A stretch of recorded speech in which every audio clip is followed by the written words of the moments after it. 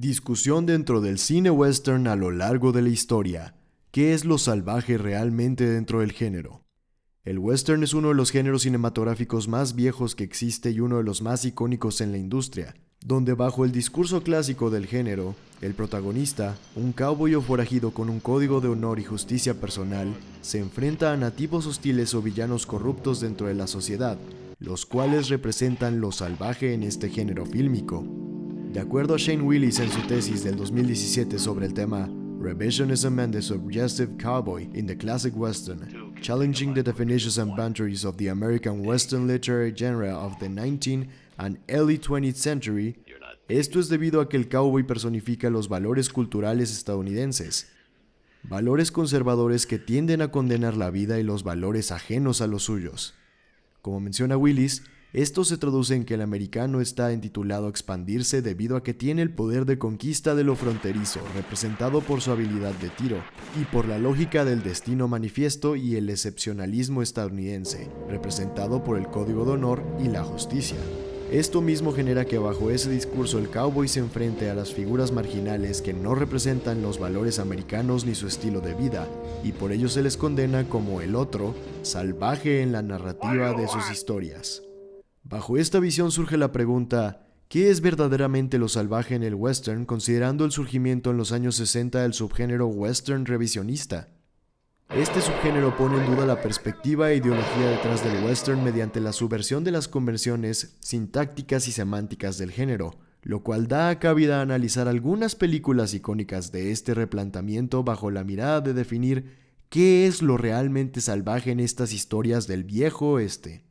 A su vez, se plantea pertinente revisar el tema de representación de las figuras marginales derivados de la importancia en este género y el discurso del otro, dentro del discurso hegemónico blanco. Para iniciar, hay que definir que el objeto de estudio son 3 películas, en donde es relevante que como punto de partida se tome una película considerada classic western, pero que empiece a evidenciar la aparición del género revisionista, como es The Searchers de John Ford. Las otras 2 películas a revisar serán The Wild Bunch, de Sam Peckinpah, y Unforgiven, de Clint Eastwood, debido a su relevancia histórica. No solamente tiene importancia dicha elección por el renombre de sus autores en el género, sino que se corrobora su importancia cuando se incluyen en libros de consulta como Westerns, Paperback Novels and Movies from Hollywood, The Western, o en la tesis del mismo Shane Willis del 2017. Estas 3 películas se analizan bajo el foco de lo salvaje y el planteamiento ideológico de Willis. Asimismo, para hacer un análisis profundo se usan planteamientos teóricos respecto a la cinematografía de Roland Barthes, Yuri Lotman y Barbara Klinger, donde los primeros autores hablan de significación, mientras que Klinger menciona la teoría del cine progresista. Comenzando por The Searchers, es necesario notar que en primera instancia el protagonista es presentado al público como héroe desde el principio por el recibimiento de su familia. Es un veterano de guerra al que admiran, pero también se alude rápidamente a que es un hombre de dudosa moral cuando le brinda dinero a su hermano y este se niega a decir de dónde lo ha conseguido, con su racismo en la cena, o cuando el capitán menciona que se le sospecha de ciertos crímenes. Esto en sí es una clara representación entre la expectativa del protagonista y la infracción de la misma, algo que menciona Lotman sobre la significación y que por ende debe hacerse notar, especialmente considerando la relevancia del personaje en este género. A partir de la escena en que Ethan vuelve a casa de su hermano para darse cuenta que su familia ha sido asesinada, a excepción de sus sobrinas Lucy y Debbie que han sido raptadas, se menciona de manera bastante explícita que la figura del otro es el nativo americano, representando lo salvaje a su vez, en especial cuando vemos la escena en donde Ethan menciona haber encontrado el cuerpo de Lucy en el cañón, en donde se puede leer que, por falta de vestimenta en su cuerpo, posiblemente fue violada. Si previamente el personaje de Ethan odiaba a los nativos, ahora su odio es mucho mayor. Sin embargo, parece ser justificado. Más adelante en la película, ese mismo racismo es la razón de por qué Ethan desestima a Martin en repetidas ocasiones, pese a ser su compañero en búsqueda de Debbie. Se presenta también una escena en donde, cazando por comida, pese a tumbar de un solo tiro a un búfalo, Ethan continúa disparando errático hacia la manada bajo el argumento de que así no tendrán que comer los comanches. O, cuando al encontrar muerta a la nativa que momentáneamente se les unió, lo único que le interesa realmente es saber si quienes la mataron tienen al jefe Scar. Desde aquí empezamos a ver un cierto salvajismo en el protagonista que crece hasta el grado de plantear asesinar a su propia sobrina debido a que se ha vuelto un comanche desde su punto de vista. Otro ejemplo es cuando le corta el cuero cabelludo al cadáver de Scar, un acto que representaba un salvajismo de los nativos.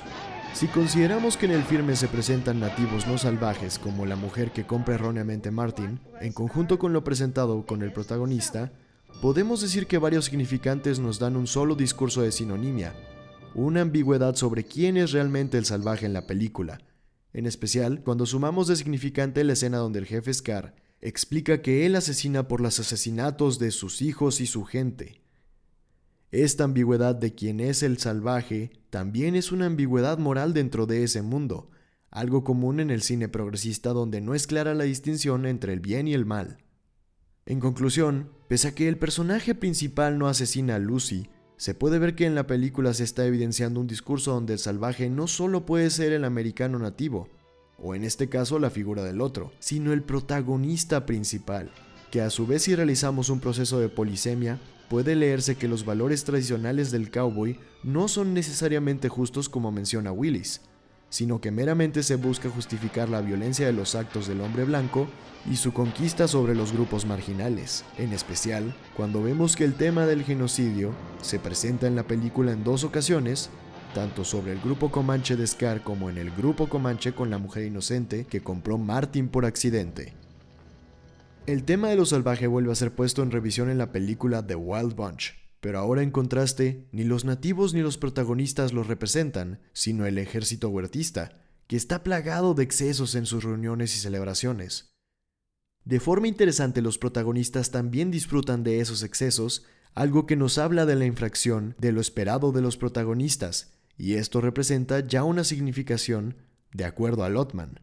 En cambio, un personaje nativo del norte de México, Ángel, no solo forma parte de la plantilla de protagonistas y decide ceder su parte del dinero por ayudar a sus relativos étnicos dándoles armas para defenderse, sino que sus relativos étnicos tienen un código moral noble, una convención importante del género que se ve al no matar a los protagonistas pese a tenerlos acorralados con machetes en las montañas.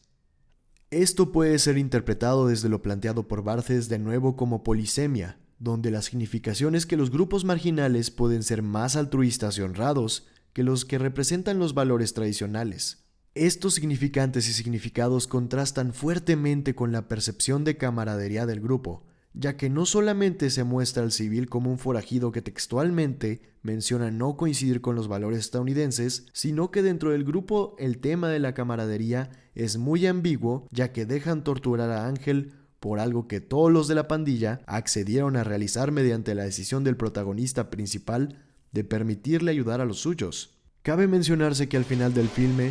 no solamente los protagonistas buscan redimirse infructuosamente intentando salvar a Ángel, mueren de una forma que los vuelve héroes pese a ser bandidos, sino que también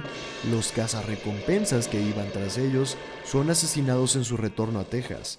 Y aunque su motivación era el dinero, en última instancia eran trabajadores de la ley, lo cual señala de nueva cuenta un tema de moralidad ambigua y un panorama desalentador de realidad y sus instituciones, marcando que hay un discurso intertextual como menciona Klinger al tratarse de cine progresista de nuevo.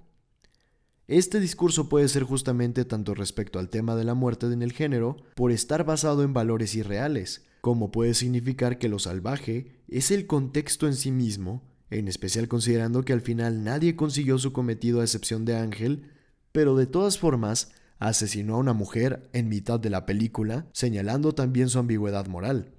Para cerrar únicamente el tema de lo salvaje, la fórmula de representación del otro como el protagonista se repite en Unforgiven, donde Morgan Freeman interpreta a Ned Logan, un camarada afroamericano del protagonista William Money.